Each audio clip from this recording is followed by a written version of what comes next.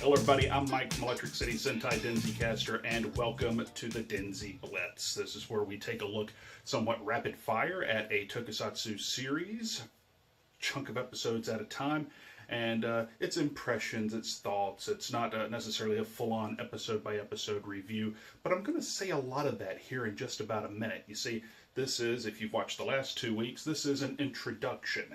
Today we are looking at part 3 of our review of Tokusou Sentai Dekaranger, and I'm looking off screen for just a second here. This is episodes 13 through 17.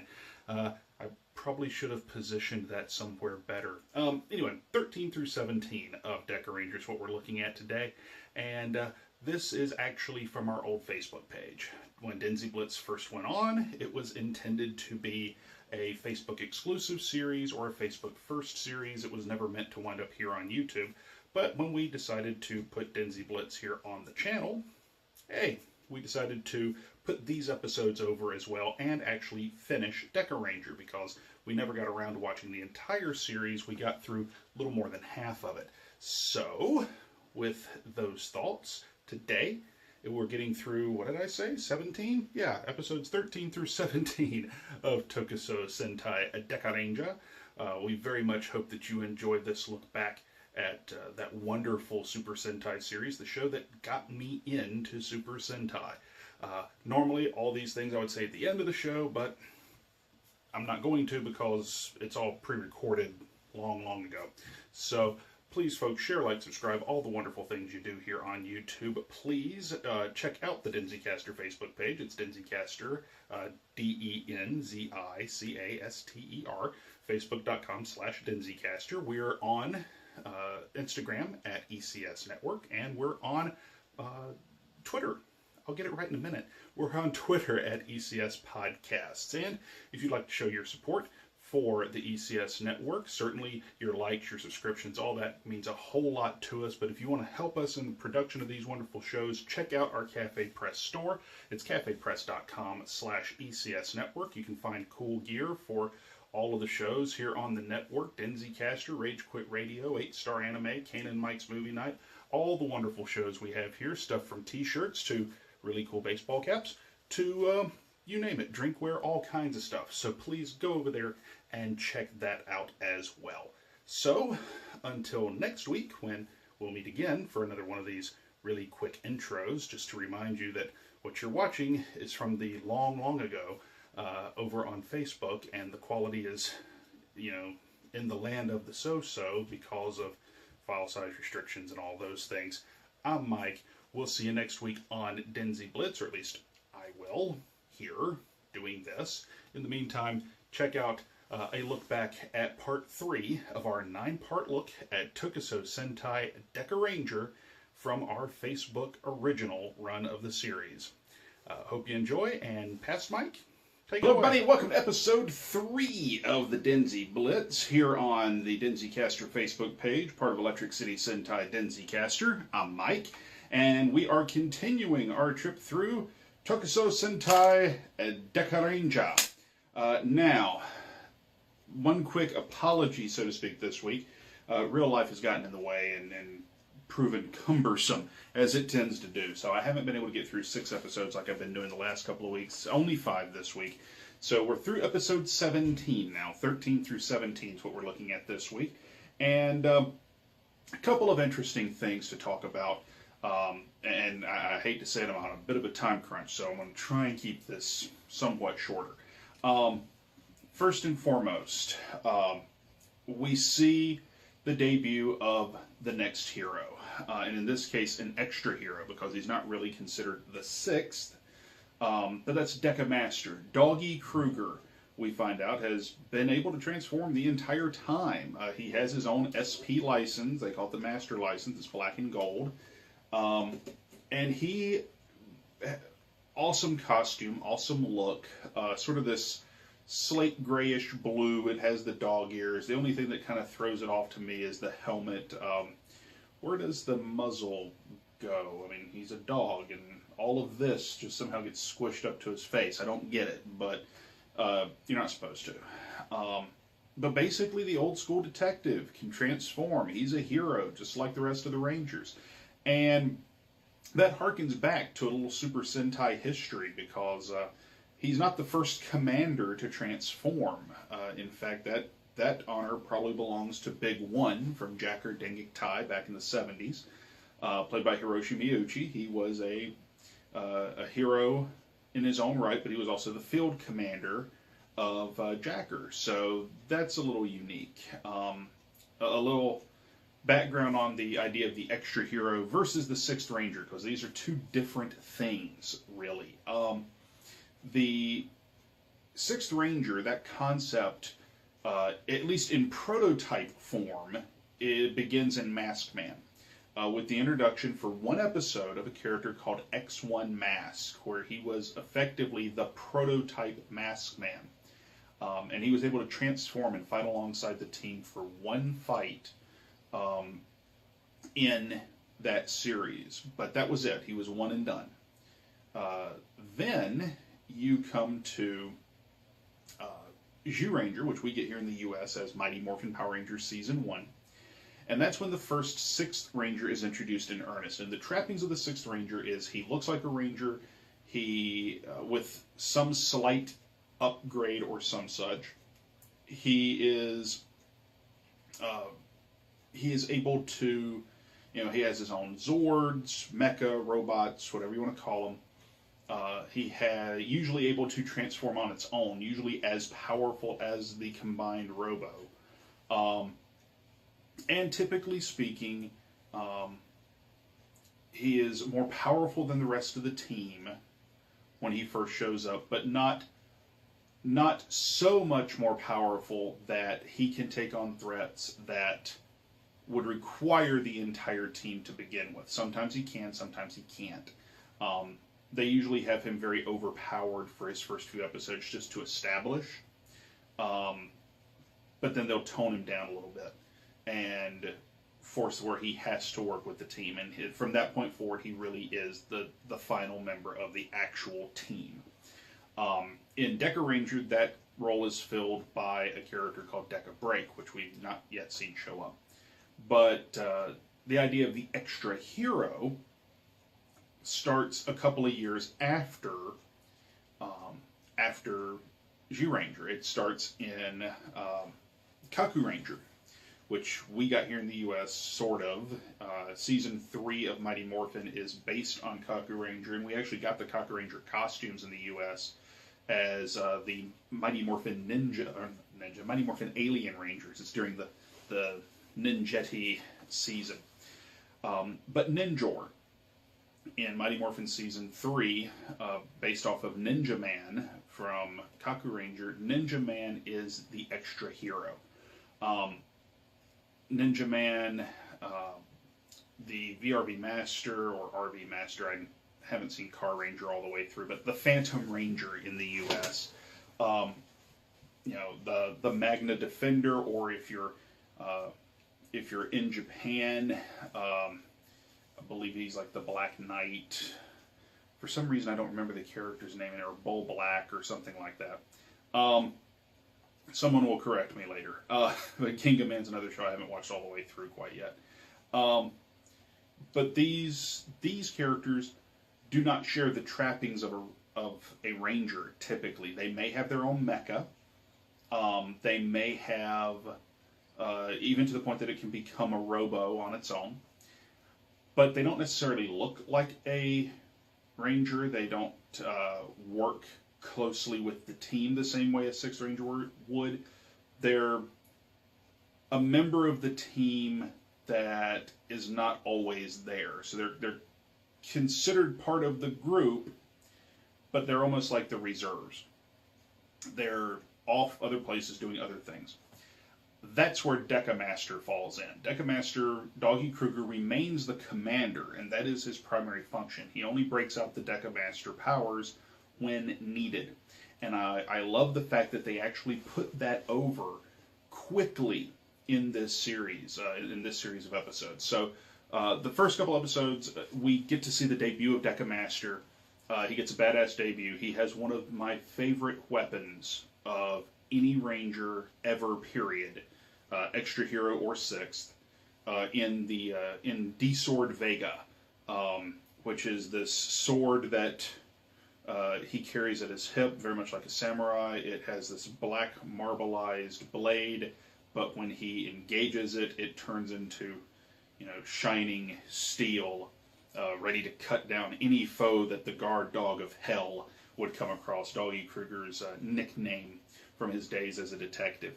So, really cool character. I like the idea that his first appearance as Deca Master revolves around saving Swan and building upon that relationship, as well as bringing back a foe of his, someone that he has fought in the past that we've not seen ever in the show for us, but obviously has a history with Doggy, sort of an unfinished case, as it were. So I really dug that. And he's the Master Swordsman on a team that doesn't have a Master Swordsman. Typically in Super Sentai, and it's usually the Red Ranger, is swordsman par excellence. I mean, it's a case of he is, the badass samurai. Well, in this show, the Red Ranger's, I called him when I first saw the show, and still do on occasion, the John Woo Ranger. He's got 2 guns. So it falls to Deca Master to be the Master Swordsman. And I really like that. Subsequent episodes out of these, we also see the characters, the Dekarangers, get very upset. Deca Master, we see them training with him. He's obviously more powerful than any member of the team, or even the entire team. He is illustrated very early on as being that strong. But his role as commander, teacher, mentor is his Rangers need to be that strong too. So he will transform to train with them. He will transform if the situation requires him to. But if it doesn't, no matter how much they whine and bitch, he's not going to do it. If he knows that they can handle it, he's going to let them handle it. And we see that to the point that he has to let them almost fail when he knows they can succeed. They face a monster who is nigh invulnerable in darkness. But during daylight, he's weak. He comes across the MacGuffin of the episode, Luna Metal, which basically extinguishes all light around the vicinity of its bearer, and the monster of the week eats the metal, basically cloaking himself in perpetual night, therefore eliminating what we think is his only weakness. And the dude basically wrecks the Rangers. They call the boss numerous times for help, and Doggy goes, no, you can handle it, essentially.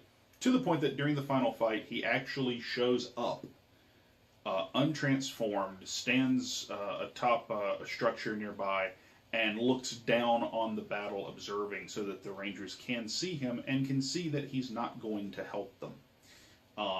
In order to anger the Rangers into handling it themselves, which they do. And then he rightly points out at the end of the episode, well, they chastise him. You said you would help us out if we were in danger. And he looks at them and says, well, you weren't in danger, now were you? You won. You beat him. You found a way. That's what a detective does. So we see that element of he's not going to go out there to make it easy for his guys. He's going to go out there when his guys need him. I like that element of the character because it reinforces that he is the commander. He is apart from the team, and that he is a mentor and he is a teacher, because he wants them to learn. Even trial through combat, he wants them to learn. So I really dig that. We also see the debut of our next Robo. They do it in stages. That's something I really like about this show that kind of gets lost, I think, in later shows, is the gradual escalation of weaponry instead of, hey, we've got a new robot, let's sell some toys. In this case, as we mentioned in episode 1, you see just the Deca machines, the individual component mecha. Then you see Dekaranger Robo in a subsequent episode. Then they transform. Now we see that the Deca base, which we've seen in every episode, has a crawler form. So basically it's a mobile base that houses all the Dekaranger mecha, which is pretty cool. That's another harken back to the old days of Super Sentai. They used to always have mobile bases like airships and things like this. So it's a mobile base that can launch the mecha en route. So that's cool. It has its own weaponry. It's basically like a land battleship as the Deka base crawler. But then we also find out that it is effectively Deka Master's Robo. It's the Deka base Robo, which makes it massive. We see this as part of a two-part focus episode with Sen, our Green Ranger, who, once again, the two-part episode basically serves to introduce the concept of the Deka base crawler and Deka base Robo. So it does that. Actually, it might have been a one and done episode. I don't recall off the top of my head. But over the course of the story, you have that, and then you also have a reinforcement of Sen as the instinctual detective. That is his role on the team. He's going to follow his gut. He's going to follow his instinct, and we see that the team is more accepting of that now because he's done it before and it works for him. And they've seen that. So we now see the team begin to trust his instinct. So good couple episodes. Some CG comes into play. Now there's been CG in this the entire time with Deka Robo itself. Because Deka Robo is going to do a lot of gunfighting. Gunplane is going to do the dives to the side. Basically stuff that the suit can't actually do. So we see CG for those shots, and they look really good. There's going to be stock footage. They're going to get used a lot, so they put a lot of work into it.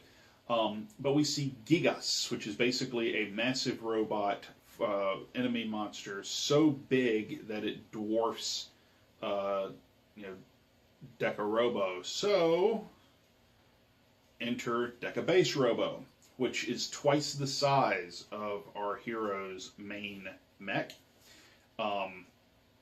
They have to play around with the scale of some of the miniatures. There's some composite shots in here that work out pretty well. They have to build basically a second miniature set in a lot of ways so that you can see Deka base Robo to scale. But it's the first time we see a combined cockpit with all the heroes together in one cockpit, so that's pretty neat. But Gigas is a little suspect on the CG. It's in a show that does a decent job of making everything feel like it's part of the same shot, both CG and physical. Gigas looks more like a video game graphic. So, granted, we're looking at early 2000s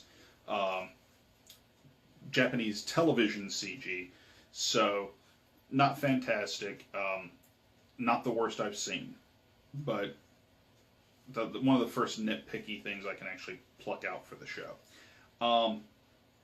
So we see a Sin-Chan episode. We also see a focus episode 17 for Pink and Yellow Together. And it brings back an age-old Super Sentai trope of the food episode. For some reason, all these shows have an episode or two with some giant food in it. I don't know why. But in this, I don't know what the point is. But this two-parter serves to, or this episode rather, serves to focus on the two girls, Jasmine and Umiko, and incapacitates all the guys. So the guys aren't going to be able to help. Ultimately becomes a focus episode on Pink. It creates the sub-team that the two girls will team up as the Twin Cam Angels, they refer to them as in the episodes.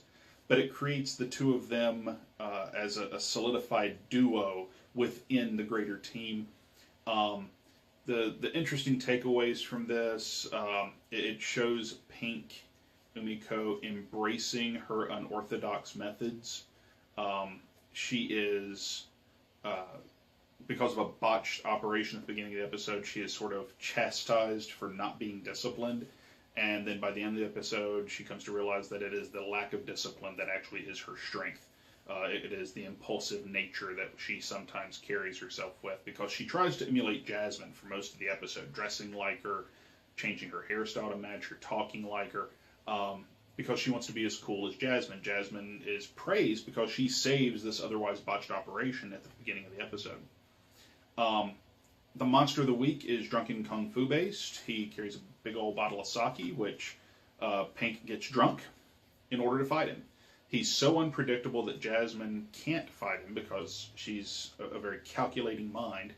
And so then you wind up with Umiko being the unpredictable one, who drinks the sake so that if the sake is what makes his fighting style unreadable, unpredictable, then it will make mine the same way. And she follows through on it.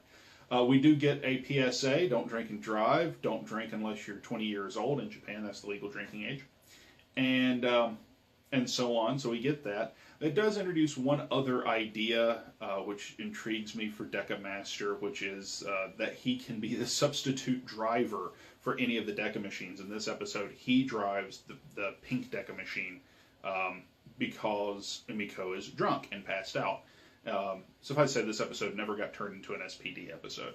But really fun episode all the way around, and the idea of Deca Master being able to sub in and drive any of the Deca machines is very interesting. I don't recall from my original viewing of the series if they ever did that again. I don't know if they just did it for the one episode or if they would do it repeatedly. I don't honestly recall that they did it past this one. But very fun episode introducing the twin cam angels, the subset of these two, so that knowing that we have the two tight-knit girls on the team, and then you also have the Deca boys, as they would become known, if through nothing else, music videos, where the guys are sort of their own unit too, when need be. So, a little bit of focus, episode-y filler. Big takeaway from these, the introduction of Deca Master and his some of his powers and Deca Base Robo. Looking forward to the next few episodes, as I always do. Like I said, we are through episode 17 now, so we are more than a quarter through the series. It's a 50-episode series. So, next couple of weeks, we're going to hit the halfway point. So, really, really looking forward to continuing on with this. Of course, this series is first right here on Facebook. You can always check out last week's episode over on YouTube, on the ECS network, the YouTube channel we share with Rage Quit Radio in the announcer's booth. So go check it out there. You'll also find all the regular DenziCaster episodes there, where we talk about shows more in depth than we are here on the Blitz. So go check that out. And rumor has it that I'm not going to be the only guy doing the DenziBlitz real soon. Our favorite Alaskan penguin, Chris Brown, self-proclaimed America's favorite black man, has been talking to me saying that there's a couple of shows he'd like to do in the Blitz-style format. So you never know. We may start seeing some DenziBlitz episodes from him too. Don't know if it'll fall in line with what we're doing here, or if he'll get another day of the week or whatnot. Still trying to figure that out. Remember, let us know what you want me to talk about as our third series on the Blitz, because the next series we talk about is going to be Kamen Rider Decade. So whatever after that, let me know, so we have some idea of what you'd like me to watch through and talk about. I've seen a whole lot of stuff, not all of it, that's out there, fan-subbed here in the U.S. and so on, so let me know. Until next time, like I said, check us out over on YouTube, the ECS network. Share, like, all the things you do here on Facebook. Subscribe to us over on the YouTubes. And next week we have hopefully 6, maybe 7 episodes of Dekaranger. We may play a little bit of catch-up coming your way. Until next time, folks, from the DenziBlitz, I'm Mike Brown. We'll see you next time.